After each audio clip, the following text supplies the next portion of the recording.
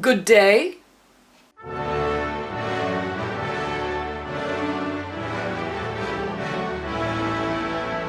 Welcome back to my channel. If you don't know me, hello, my name is Rhiannon, and today... Can you shut up?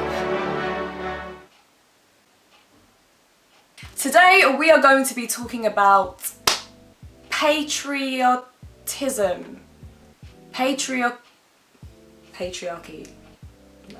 We are going to be talking about what it means to be patriotic. Are you patriotic? I have been wanting to talk about this subject for quite a while. Obviously it's closely linked to national identity and identity broadly speaking, but I'm not going to touch upon that too much because if I did, this video would literally be like 100 years long. We're going to try and stick to what it means to be patriotic and delve into these concepts a little bit more. I am essentially a social anthropologist. I love all of this cultural stuff, you know what I mean? Let's start by looking at what patriotism actually means. So the Cambridge English Dictionary defines it as the feeling of loving your country more than any others and being proud of it.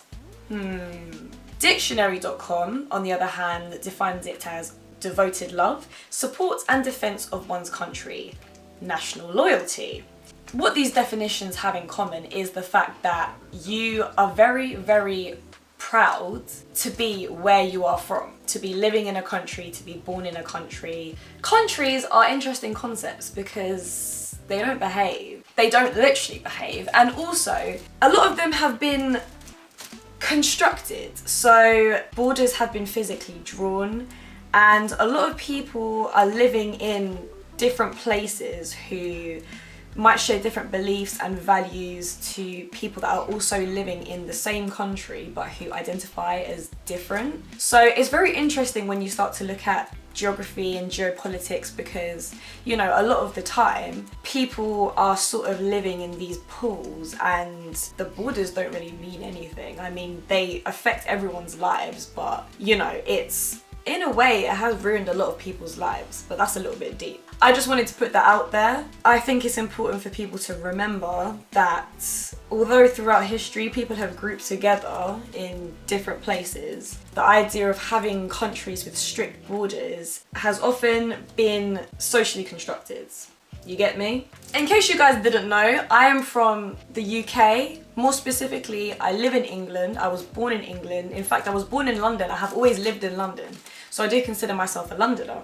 However, I find British identity... What? English literature student strikes again. British identity is quite interesting in itself because the UK is made up of many different countries. So essentially we have England, we have Wales, we have Scotland, we have the two islands, as I like to call them. We have all the overseas territories as well. As well as this, we have a lot of diversity within these places, especially London. In the midst of Brexit, this is an interesting conversation to be having. I'm going to give you a couple of statistics.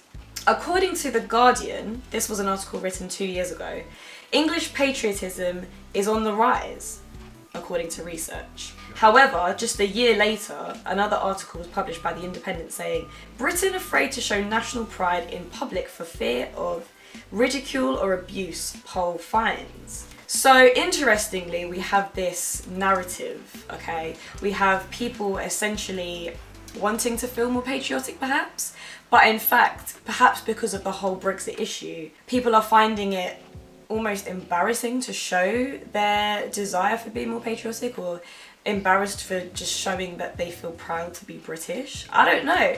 I think personally speaking, and don't quote me on this because I don't have those statistics, I feel as if the older generations do have a lot more patriotism, a lot more pride for their country. You know, back in the day, everything just seemed to be a bit more straightforward, apparently. That is such a sweeping generalization, wow. Because in recent years we have seen such a rise of globalism, everything is just so much more complex. People are migrating. People have always migrated, but you know, you can go anywhere now. Things can instantly be shared to you via the internet. People are marrying people of different religions, ethnicities. Like I said, these things have always been going on, but I think it's become a bit more apparent perhaps. But I do think diversity has increased. Like, naturally over time it has happened more, and we are seeing the results now. If you talk to any millennial or someone from Generation X, I was actually meant to say Generation Z here. However, I do feel like Generation X is included in what I'm about to say. they would probably say to you that identity is very complex. I mean, in terms of your ethnicity, in terms of your sexual orientation, your gender, these things have become a lot more complex than they once appeared.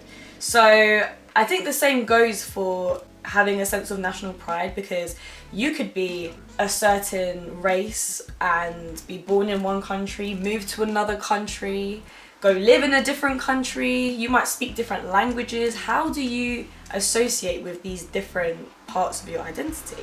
Despite what I just said about perhaps there being a slight shift in terms of feeling a sense of national pride, we can clearly see that a lot of countries recently have become more nationalistic and I think more inward looking. So when I was on Google, I came across so many articles about the rise of nationalism in an array of places. India, Saudi Arabia, different countries in Africa. There was even a news article written by a Barbados paper. This just goes to show how widespread it's become, I think. How many people are talking about it.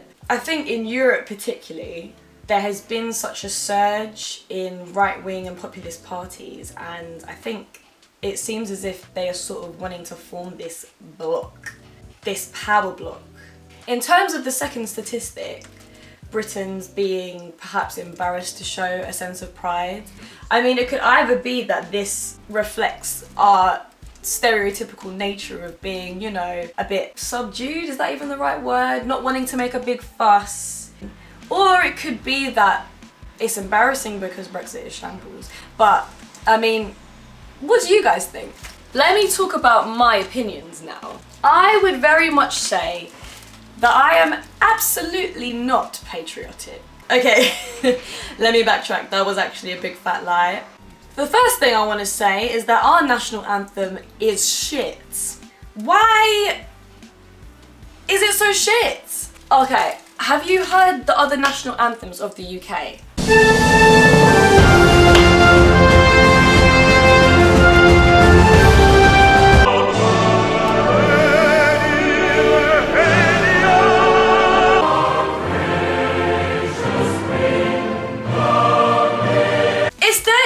The whole anthem is focused on this one person who I get is the Queen, but spoiler alert, she's gonna die soon. And then what? We're gonna have to kind of rearrange the national anthem because that's what you want to do. You don't want it to be consistent, it's just your national anthem. That's the first point I wanted to make.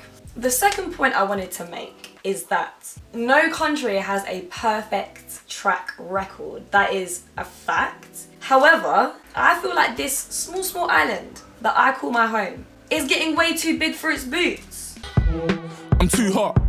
Scrap that, it's always been too big for its boots. What made us think that we could take over the entire flipping world? Don't get me wrong, okay? There are a lot of good things that have come out of the UK. We had our golden age, we had an industrial revolution. We have somehow emerged as a first world country where I am actually very happy to live. Do you know what? I feel so privileged. Like, people complain all the time here, and I just look at them and I think, you know what? We have it so easy. Yes, things may not be perfect, but other countries have it so much worse, and I just want to shout at them because, like, anyway, I digress. Lots of good things have come out of the UK. However, a lot of things that we have achieved have been at the expense of other people around the world, and this sense of arrogance, that's the word I'm looking for, this sense of arrogance has always really annoyed me. We cannot have a day where we celebrate being British. We cannot have an Independence Day because we've always been independent. We have always tried to get involved in the lives of others, and for me, that is always going to be bothersome. Always. I think the times when I feel most patriotic are typically at, you know, sporting events, at large scale events, when I'm abroad perhaps. Well, I'm not sure about that one. But essentially, you do you're more aware of it when you're faced with people of other nationalities, obviously. Like when I'm going about my day-to-day activities here, I don't really think about the fact that, I'm British. You're just surrounded by what you know, what you're comfortable with. Like, we are literally in a bubble, and you realize when you go elsewhere how different your life is. Even if you go to somewhere else in Europe, for example, you know, our way of life is maybe not drastically different. However, there are so many little things, you know, that we don't even think about, that we just take for granted. So I think I do feel a sense of pride when I'm, say, watching the Olympics, for example. But also, I feel like a lot of British people are not solely British. I mean, if you go back a few generations, it's likely that you will find someone who migrated to the UK.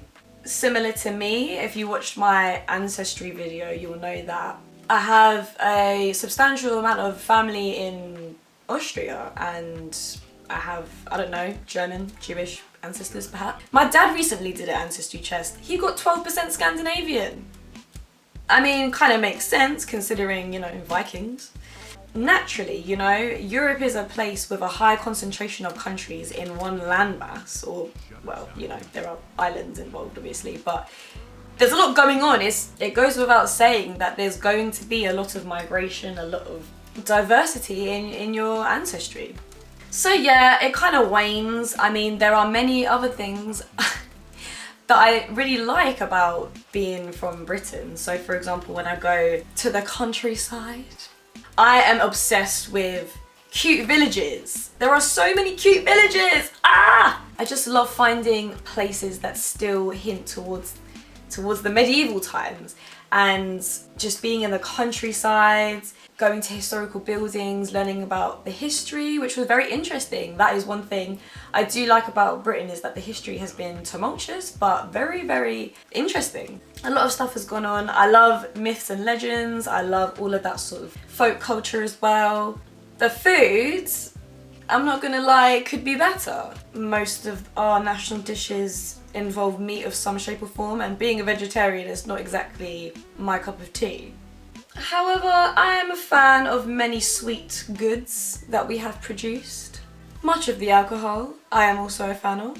Like I said, it's these sort of little things that you really savour, and when you go abroad, it's just like, oh, I can't get baked beans. That's when you realise that there are things you do like about your country. Like I said earlier, it's different, I think, when you are from London, when you have lived here for all the majority of your life. It's just a different thing because you're surrounded with people from literally everywhere.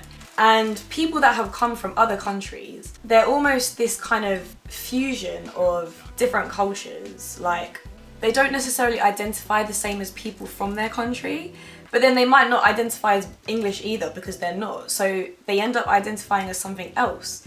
And I just find that very interesting. I think I just love this particular city in England. I mean, like I said, I really appreciate all the other nice places that England has to offer, and the UK in fact. But I think it's just because I'm so used to being surrounded by all these different people, and London having its own sort of identity that has very much impacted me. My mum, for example, she wasn't born here. She didn't come to England until she was in her late teens. When she did come over, she ended up in London because she felt most comfortable with people that were from everywhere. She wouldn't necessarily call England her home. Now she would, I assume, but very, very interesting. This is why I wanted to talk about this topic, because I just find it fascinating, if I'm honest.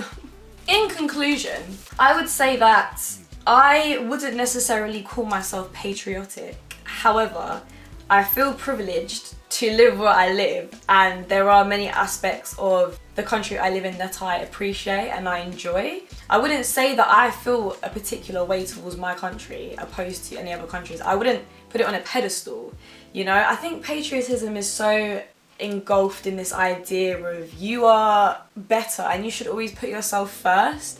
And this is something that is so controversial because a lot of people would say, you know, family first, country first. These are the people around you that are directly linked to you and therefore they matter more.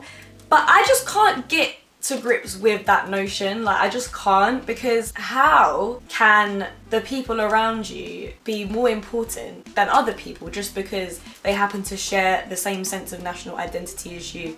Doesn't make sense to me, sorry. Likewise with family, you can have friends that are so much closer to you than your actual family, but you know, because you don't share the same blood, does that mean that they don't have as much value? No, of course it doesn't. All of that kind of stuff, I'm just not, it just doesn't, you know.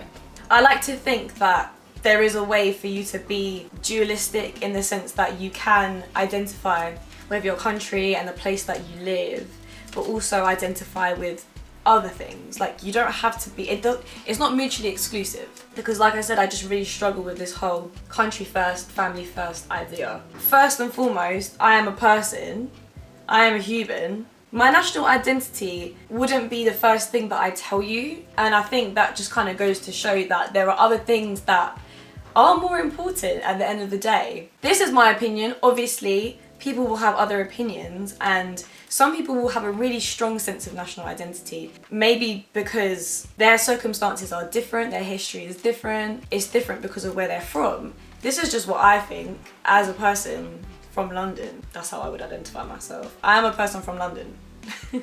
I think London should have independence. That's probably a good idea for another video, and probably a great idea to wrap this video up. So please let me know in the comments what you thought. Let me know what your opinions are. I always say it would be great if we could start a conversation, but a conversation never happens. But it's fine if you just want to give me a little like and a little subscribe as well. I'm cool with that, you know. If you have any suggestions, just honestly let me know. I'm talking way too much. Okay, I'm gonna go, guys. Hope you've enjoyed this video. See you in the next one.